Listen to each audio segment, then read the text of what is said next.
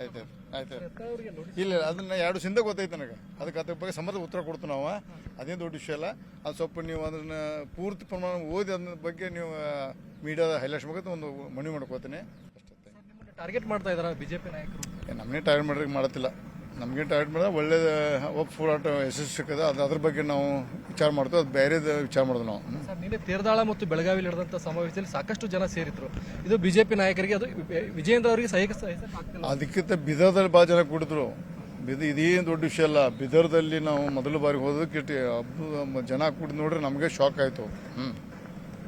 Thank you. ಮುಂದಿನ ನಡೆ ಏನು ಬರ್ತಾರೆ ನಮ್ಮ ನಾಯಕರು ಹೋಗಿದ ದಿಲ್ಲಿಗೆ ನಾವು ಹೊಂಟ್ರಿ ಕುಡಿದು ನಾ ಬಂದು ನಾವು ಕೂಡಿ ಹೇಳ್ತೀವಿ. ರೇಣುಕಾಚಾರ್ಯ ಅವರೆಲ್ಲ ನಿಮ್ಮ ವಿರುದ್ಧ ಮಾತಾಡ್ತಿದ್ದಾರೆ ಸರ್. ಆ ರೇಣುಕಾಚಾರ್ಯ ಒಳ್ಳೆ ಮನುಷ್ಯ ಪಾಪ. ಅವ್ರ ಅಪ್ಪ ಮಗ ಅನಿವಾರ್ಯ ಇದೆ. ಶಿವಮೊಗ್ಗ ಜಿಲ್ಲೆ ಬದುಕಬೇಕಲ್ಲ. ನಮ್ಮಂತರನ್ನ ಇಲ್ಲಿ ಬೆಳಗ್ಗೆ ಬಂದು ಅಪ್ಪ ಮಗಳು ಕಾಡ್ತಾರೆ. ಮತ್ತು ಪಾಪ ಅಲ್ಲಿ ಇರೋದ್ರಿಂದ ಅನಿವಾರ್ಯ ಬೇರೆ ರಾಜಕಾರಣ ಅವ್ನು ಏನೋ ಯಡಿಯೂರಪ್ಪನ ಕೆಟ್ಟದ ತುಳಿತಾ ಇರೋದಕ್ಕೆ ಅಂಜಿ ಅವ್ನ ಹಿಂಬಾಲಕರ್ತಾನೆ. ಎರಡನೇ ಹಂತದ ಹೋರಾಟವನ್ನು ತಡೆ ಹಿಡಿಯಕ್ಕೆ ನೋಟಿಸ್ ಕೊಟ್ಟಿದ್ದಾರೆ ನೋಡ್ರಿ. ನಾವು ಹೈಕಮಾಂಡ್ ಹೇಳಿಲ್ಲ ಒಪ್ಪು ಮಾಡೋದು ತಪ್ಪು ಇದಪ್ಪ ಬಿಡ್ರಿ ಅಂದ್ರೆ ಮುಂದೆ ವಿಚಾರ ಮಾಡ್ತೀವಿ ನಾವು.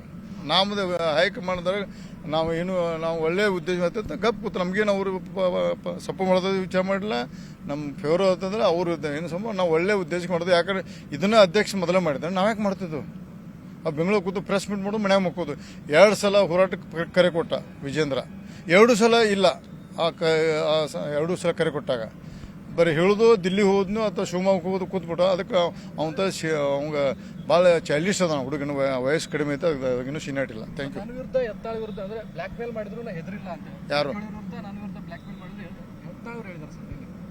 ನೋಡ್ರಿ ಬ್ಲ್ಯಾಕ್ ಮೇಲ್ ಅವ್ರ ಉದ್ಯೋಗ ಅದಲ್ಲ. ಅವ್ರ ಉದ್ಯೋಗ ವಿಜೇಂದ್ರ ಮತ್ತು CD ಶಿವಂದ್ ಇಬ್ಬರು ಉದ್ಯೋಗ ಅದೈತೆ. ಅದೇನು ಮಾಡೋ ಇಬ್ಬರು ಪಾರ್ಟ್ನರ್ಸ್. Thank you. ನೋಡ್ರಿ ಇನ್ನು ಹೊಂದಾಣಿಕೆ ಕಾಲು ಮುಗೀತು. ಇನ್ನು ಏನಾದರೂ ಒಳ್ಳೆ ಕಾರ್ಯಕರ್ತರ ಕಾಲು ಬತ್ತು. BJPಗೆ ಒಳ್ಳೆಯ ಸುದ್ದಿನ ಮುಂದಿನ ದಿನದಲ್ಲಿ 330 ಸೀಟ್ ತರೋಕೆ ಉದ್ದೇಶದ ಗುದ್ದಾಡತ್ತೀವಿ ನಾವು. ಯಾಕೆ 2 ಸಲ BJP ಗೌರ್ಮೆಂಟ್ ಆದ ಸಹಿತ ನಾವು ಬೇರೆದ್ರ ಮೇಲೆ ಡಿಫೆಂಡ್ ಆಗಿದೆ. ಇನ್ನು ಪೂರ್ಣ 2028 ಇಲೆಕ್ಷನ್ ಆಕೈತು. ಅದಕ್ಕೆ ಮೊದಲು ಆಕಾಯ್ತು ಗೊತ್ತಿಲ್ಲ. ನಾವು 130 ಸೀಟ್ ತರುವಂಗೆ ಸೀನಿಯಾರಿಟಿ ಮಾಡಿ ಅದಕ್ಕೆ ಪ್ರಯತ್ನ ಮಾಡ್ತೀವಿ. ನಾವು ವಿಜೇಂದ್ರ ವಿರುದ್ಧ ಹತ್ತಿಲ್ಲ, ನಮ್ಮ ಫೇವರ್ ಹತ್ತಿಲ್ಲ. ನಮ್ಮ ಪಕ್ಷ ಸಂಘಟನೆ ಮಾಡ್ತು. ನಮ್ಮ ಕಾರ್ಯಕರ್ತರ ನರ್ವಸಾಗಿ ಮನೆಯಾದ್ರೆ ಅವ್ರಿಗೆಲ್ಲ ಹುಂಬಸ್ ಕೊಡ್ತೇವೆ.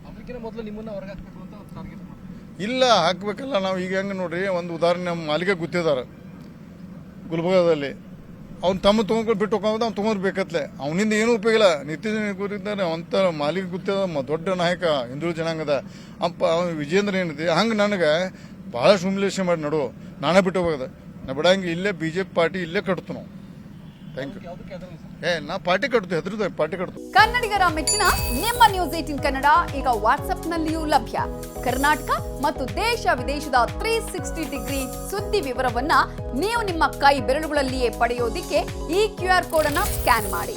ನಮ್ಮ ಚಾನೆಲ್ ಅನ್ನ ಫಾಲೋ ಮಾಡಿ, ನೋಟಿಫಿಕೇಶನ್ ಆನ್ ಮಾಡಿ.